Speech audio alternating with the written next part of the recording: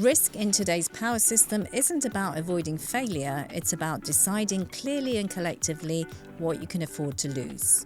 This is Powering the Future, a podcast series brought to you by Smart Grid Forums. One planet, one power grid. Joining me is Tony McGrail, Solutions Director for Asset Management and Monitoring Technology at Doble Engineering, to unpack how utilities should rethink risk, close the gap between boardroom and field teams, and plan for a future that will look nothing like the past. Well, thank you so much for joining us today, Tony. It's great to have you on the podcast. Thank you, Mandana. It's very good to be here. So before we get started on the conversation, Tony, it would be great for our audience to know a little bit more about your background at Doble, your role, responsibilities, and perhaps some of the priorities that you'll be facing in the year ahead. So my background with Doble is in condition monitoring and asset management, and that's where I concentrate. So people start talking about protection, I am a lot less aware of what's going on. But my background before Doble was with National Grid UK as a substation technical guy, developing condition monitoring systems, implementing systems, and then getting value from them. Now, it was always a key was when they're going to spend money on these devices, developing them, implementing them, what do we benefit from that? So that's part of it. Mm-hmm. I worked originally with Doble many years ago as a product manager for frequency response analysis, for power factor capacitance measurements, for a number of different things.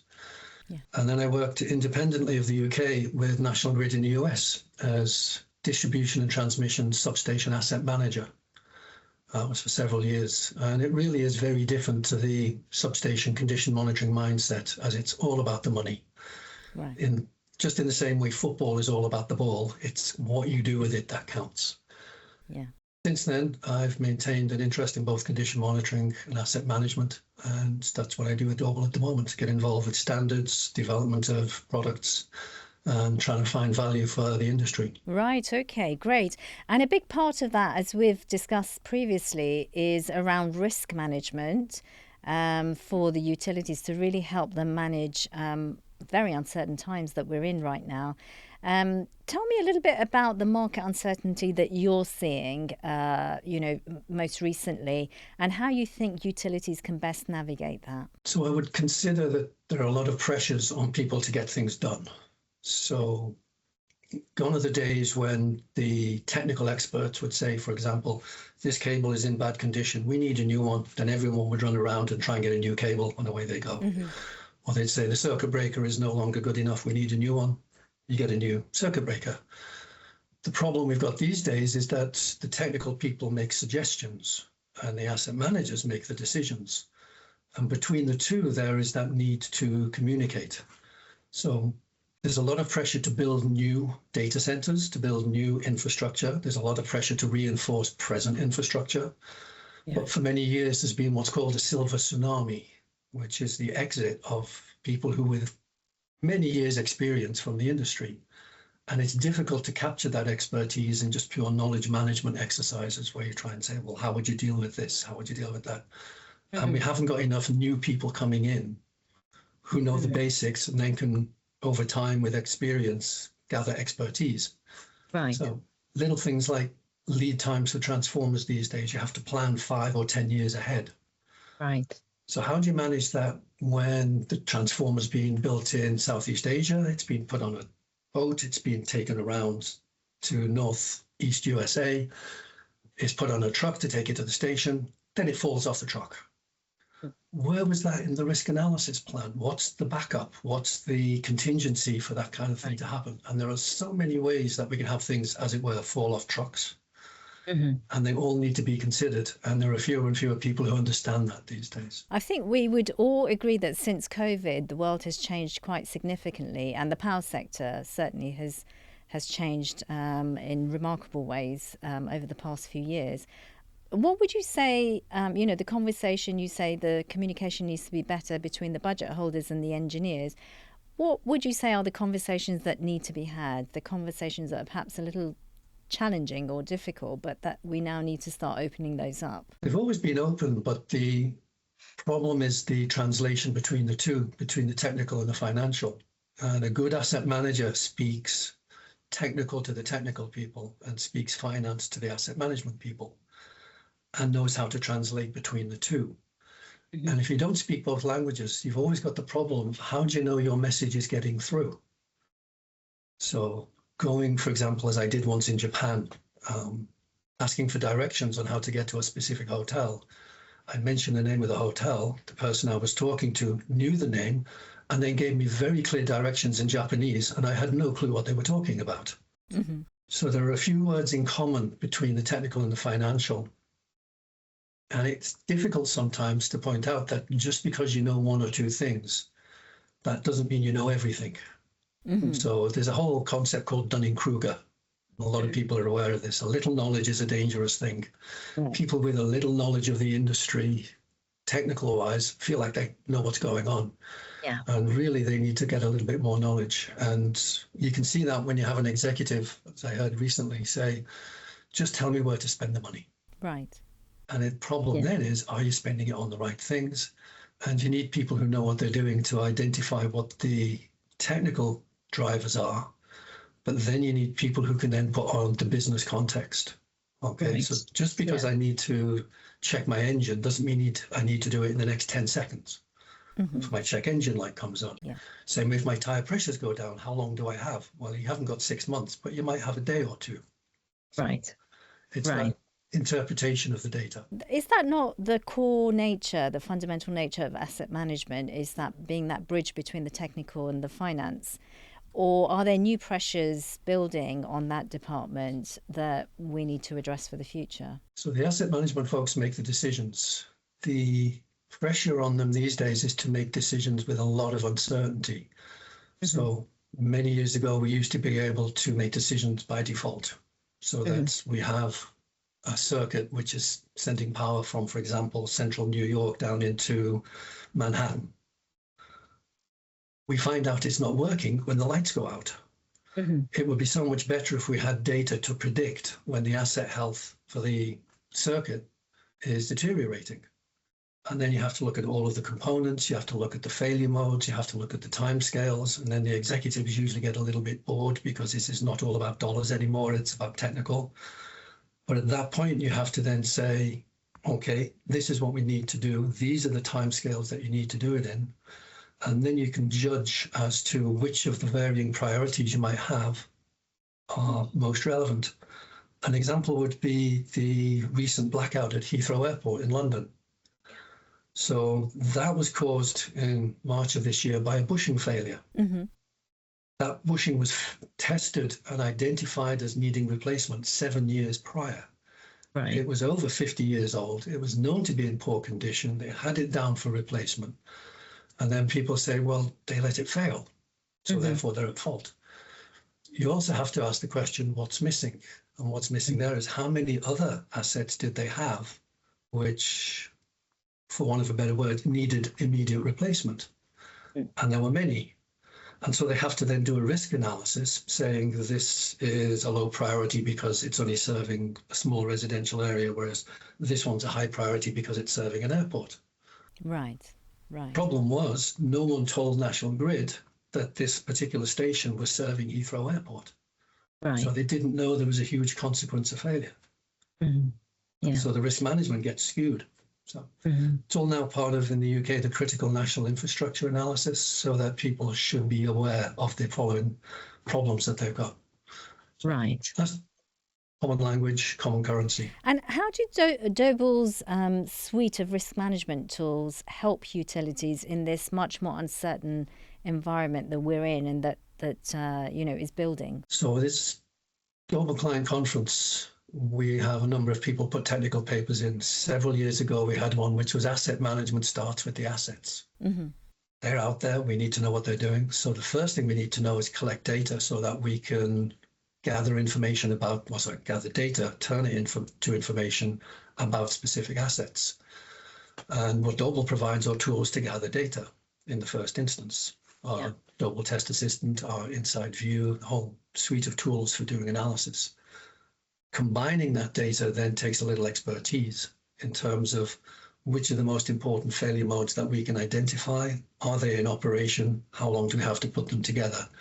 And we provide service and support for our customers in doing that.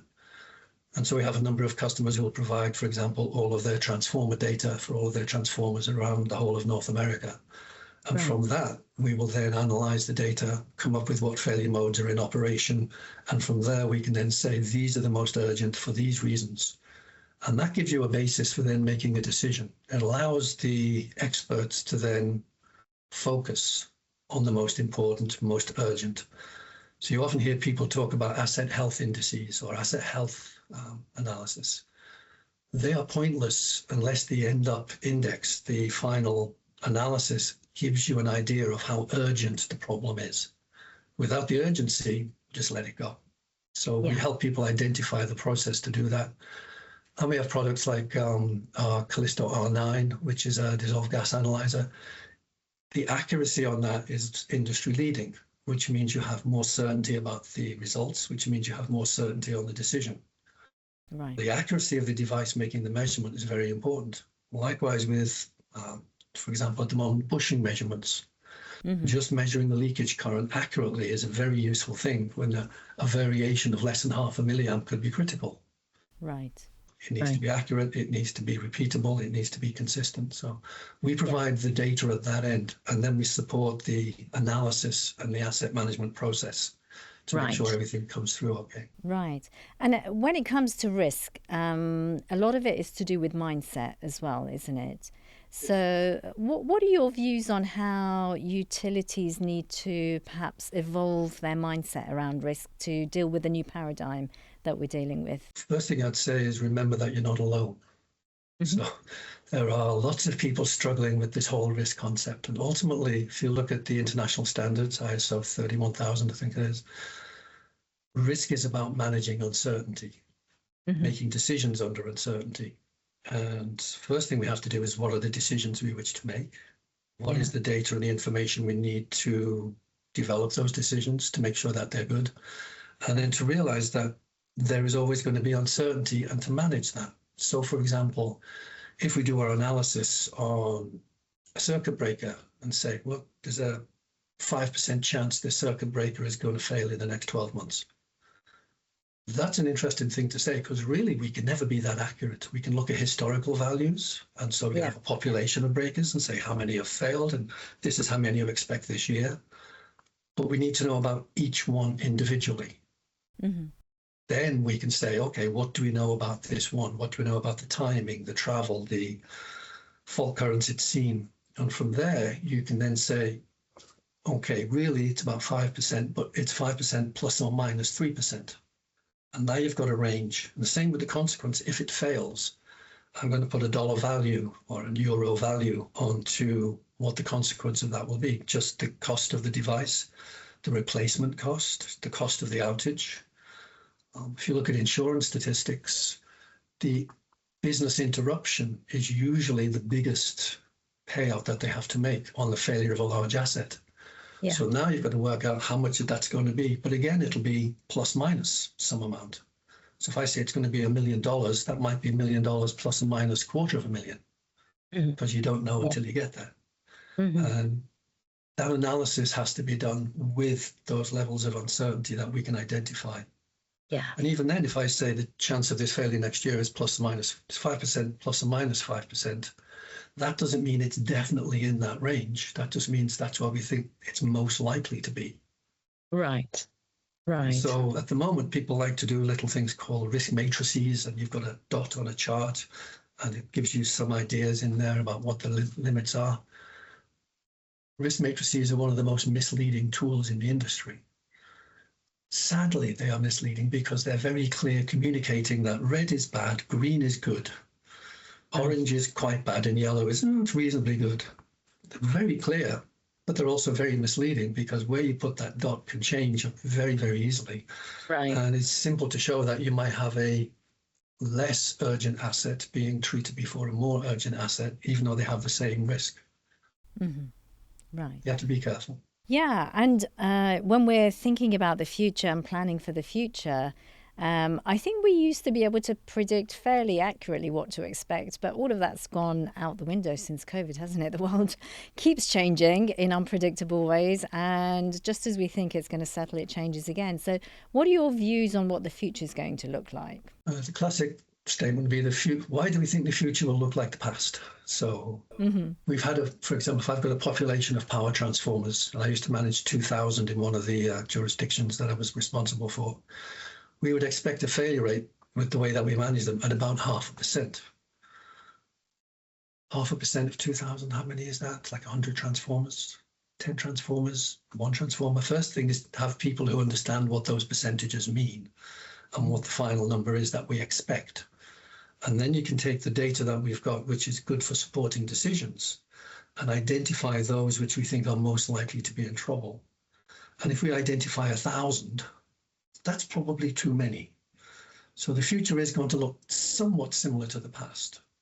Right. First of all, it's just a common sense approach of the analysis. But now there are a lot more external events. There's a paper from a guy called Bill Bartley at Hartford Steam Boiler, came to the Doble conference in 1999, and he presented a paper about transformer failures. The result of that in 1999 was that the failure rates are going to increase for certain reasons, and that's things are getting older, and that in 2008, the world would not be able to build transformers quickly enough to provide enough transformers to replace the ones that fail. Right. Hence, panic, crisis, we're in trouble. 2011 comes around, crisis didn't happen. So myself and a couple of other people went to visit Bill very quietly, knocked on his door and said, you need to rewrite the paper because your version of reality didn't happen. He went, glad to.